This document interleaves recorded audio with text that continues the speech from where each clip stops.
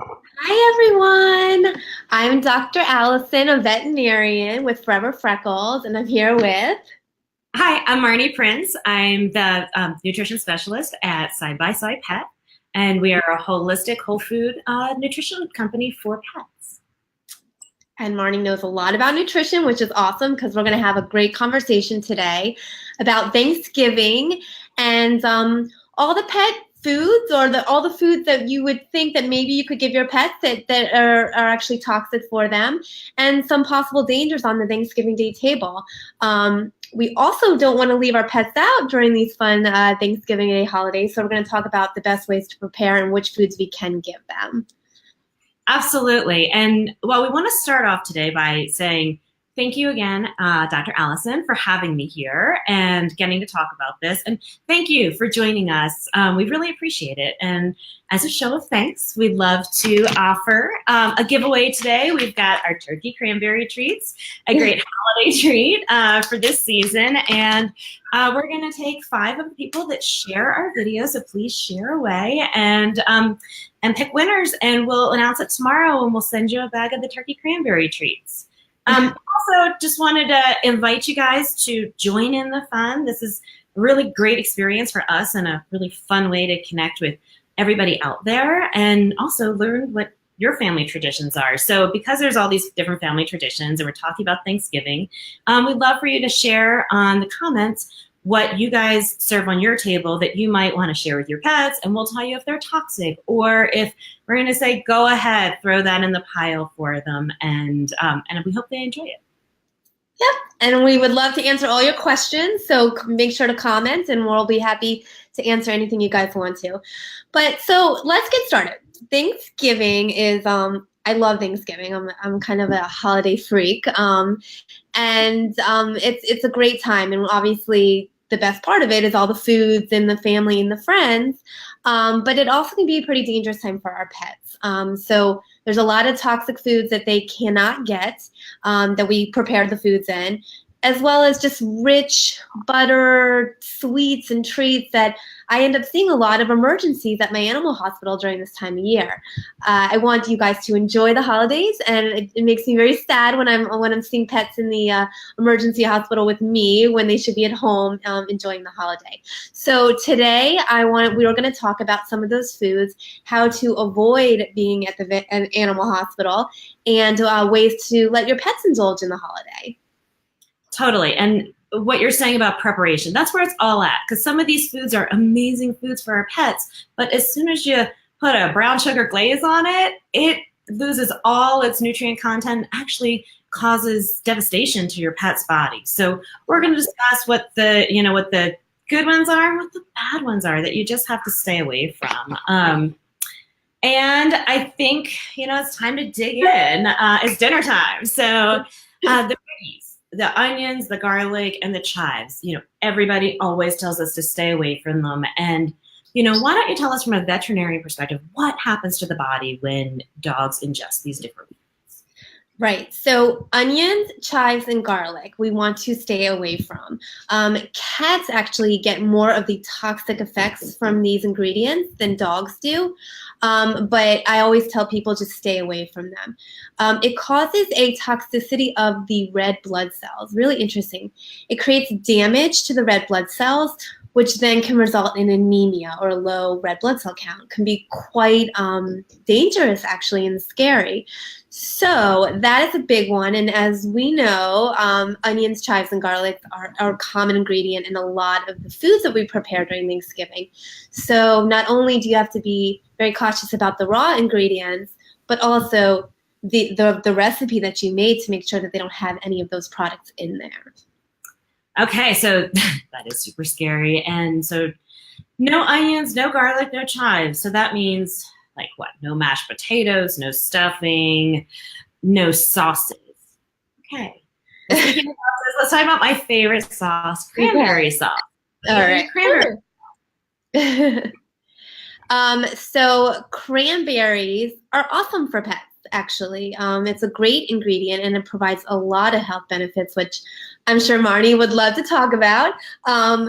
But if it's macerated in sugar all day to create a sauce, you want to stay away from that. That's going to be high in fat, and it's going to create a really bad upset stomach with your pets, vomiting, diarrhea. So there's a lot of sugar added onto those cranberries. You want to avoid that. But our nutrition specialist, Marney, would you like to go into why cranberries are so awesome? So beyond the cranberry sauce, if you could put some cranberries to the side and you want to give them to your pet, I'm going to tell you how awesome cranberries are. And I got really dorky and I made these little flashcards. But cranberries are great.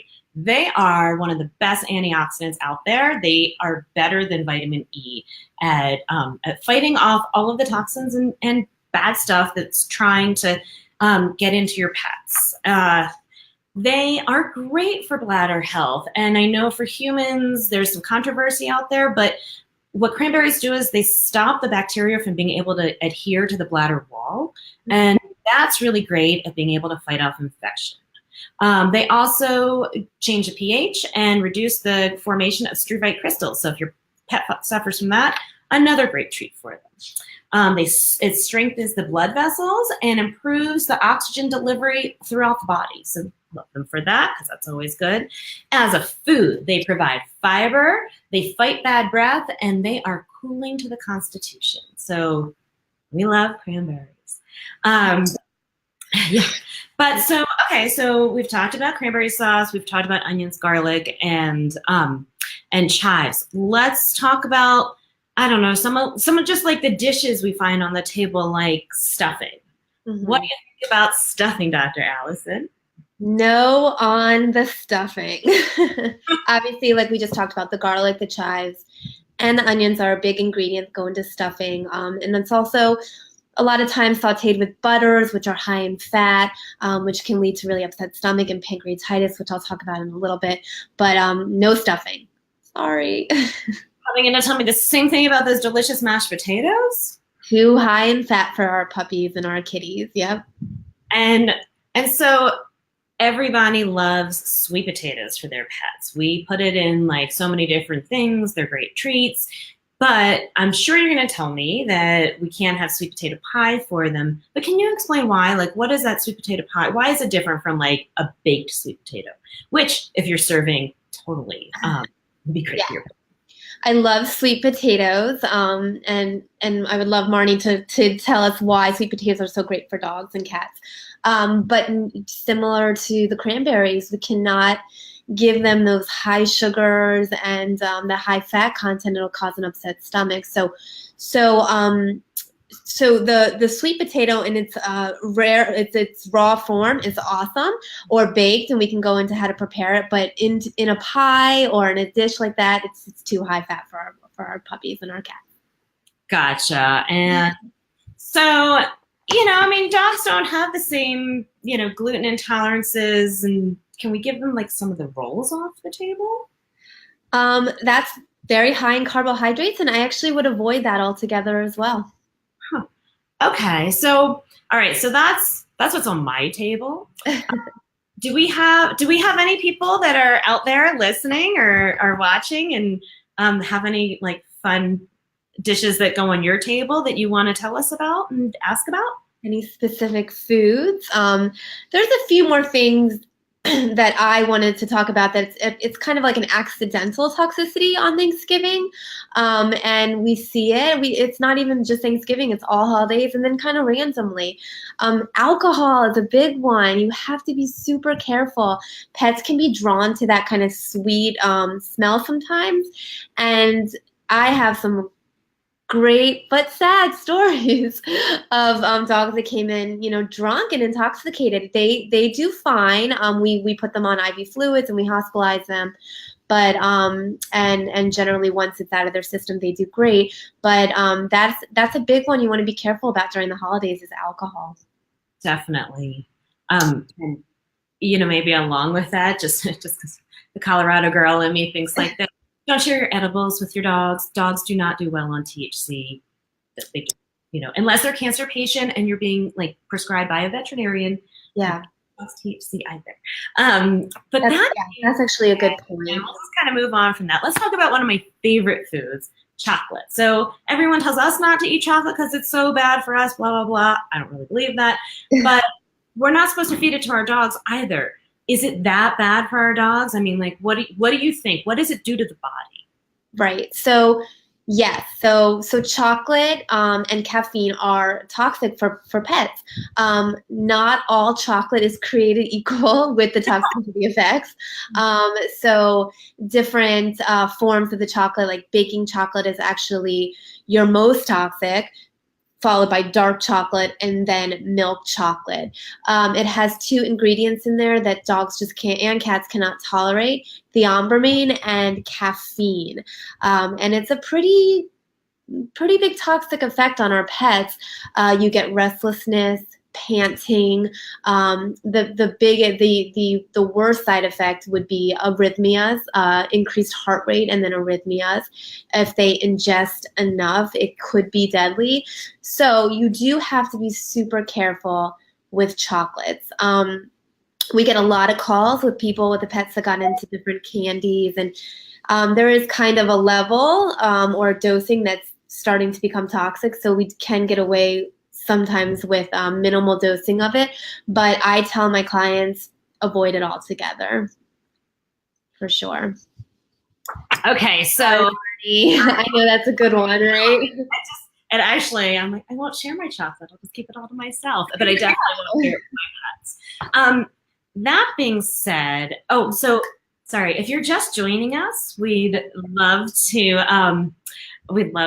have your company, and we'd love to hear all about what you serve on your table and give you some answers on if it's safe to serve to your pets. We're also offering a giveaway of these wonderful turkey cranberry trees, our seasonal wonderful treat that's great for dogs and totally appropriate, won't cause all of these toxicities or issues, to 5 winners that share the video today. So please go ahead and share it.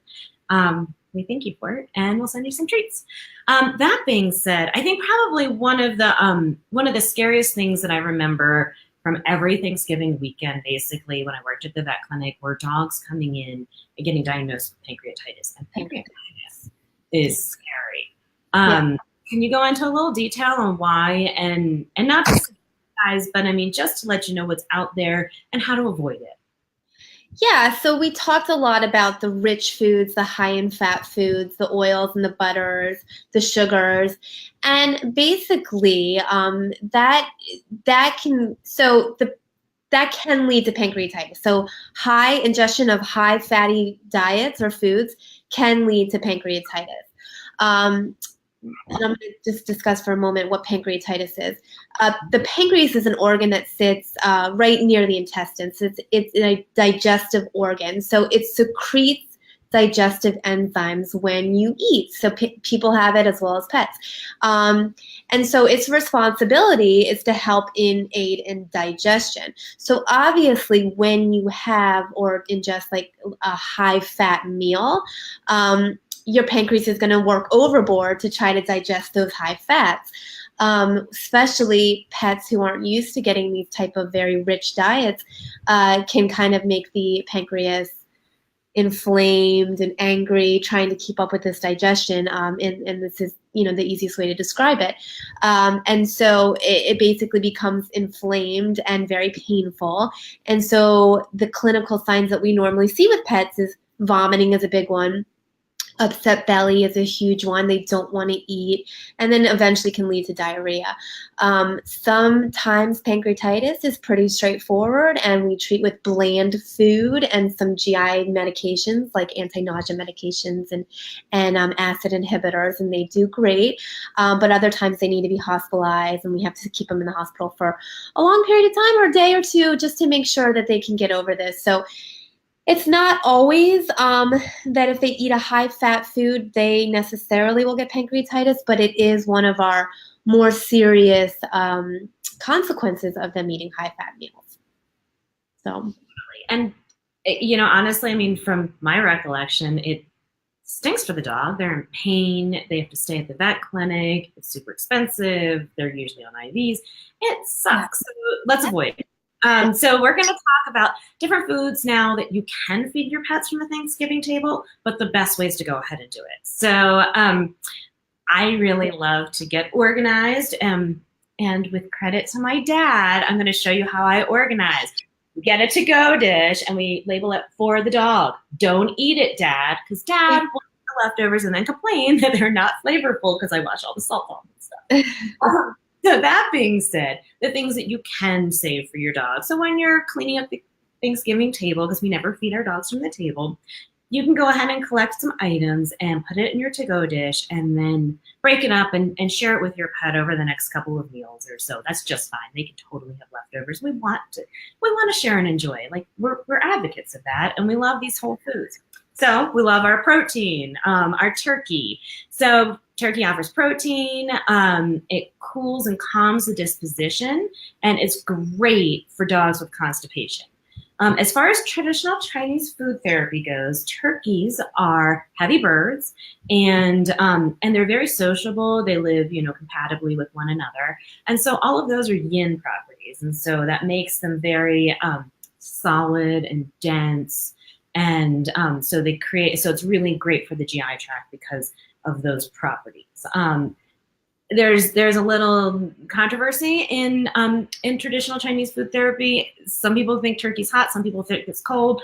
I tend to think it's hot, but it acts weird. So I don't know what. I'm not going to stick to one side or the other. It is always wet though. So if your dog has a lot of like drippy eyes and stuff and mucus on their stool, you can stay away from the turkey. But if they're fairly dry, it's a great food for them. Then on our table, we also, I'm sorry, I didn't even tell you. So the big thing about the turkey is none of the skin, none of the gravy, none of the bones, because they've been cooked, so they'll totally splinter. So only the meat, and please just wash it off. Make sure that the stuffing didn't touch it. I mean, like we don't. And the seasonings, paprika, the spicy seasonings. Yeah, totally. And then carrots. We love carrots in that carrots provide vitamins, antioxidants, carotenoids. They boost the immune system and the digestive system, and they're great for eye health. They're delicious. Just wash off all that butter sauce, and then you can throw them into the bowl too. Well, then, yeah. Yeah. Green beans. We love green beans. They also have tons of vitamins. They offer protein, iron, calcium, and fiber, and then they're great for weight loss. Unless they're soaked in gravy and butter. So go ahead and pull just the green beans out, wash them off, wash them again because they had the onions on them. So, just make sure you're not contributing to that. And then the last thing I wanted to talk about is blueberries. Seasonal fruits are super, fun at this time of the year. Blueberries, we always have them on our table. I think we always have little kids around and they're fun to eat, but they boost the immune system. They're great for heart health. They're great for weight loss, strong bones, and they protect the brain. So, just really fun foods to have around that you can share with your pets, and you can make the little dish, and dog doesn't have to share with grandpa, and you can add to their, little bits to their dish every day. Don't give them a huge meal. You don't want to see Dr. Allison this weekend. You just want to spread it out and everything in moderation and enjoy that food and enjoy your. Exactly. And I love the idea of the little kind of Tupperware that's just for your dog. So because I think the big thing is, our pets are our family, and the holidays, that's what it's all about, is spending time with our family and our friends and indulging in different foods. And I don't think pets need to necessarily be left out. So I love that idea of having your own separate thing that, when they're sitting there begging for food, when you're making mashed potatoes, you can just give them a little piece of their food, their Thanksgiving food, and they feel like they're included. And I think that's really important. Absolutely, me too. So that was really fun. Thank you so much. And I look forward to the next time we get to talk all about food and pets and great ways to be able to feed and love our babies. And just one more plug for our for our turkey cranberry treats. Just share our video, please, and we'd love to send this to you. Yeah, just share the video and you'll be automatically in the running for some treats to try, and your puppies will be very thankful that you shared our video. So thanks everyone for watching, and we'll see you soon. Happy Thanksgiving. Bye. Thanks. Happy Thanksgiving.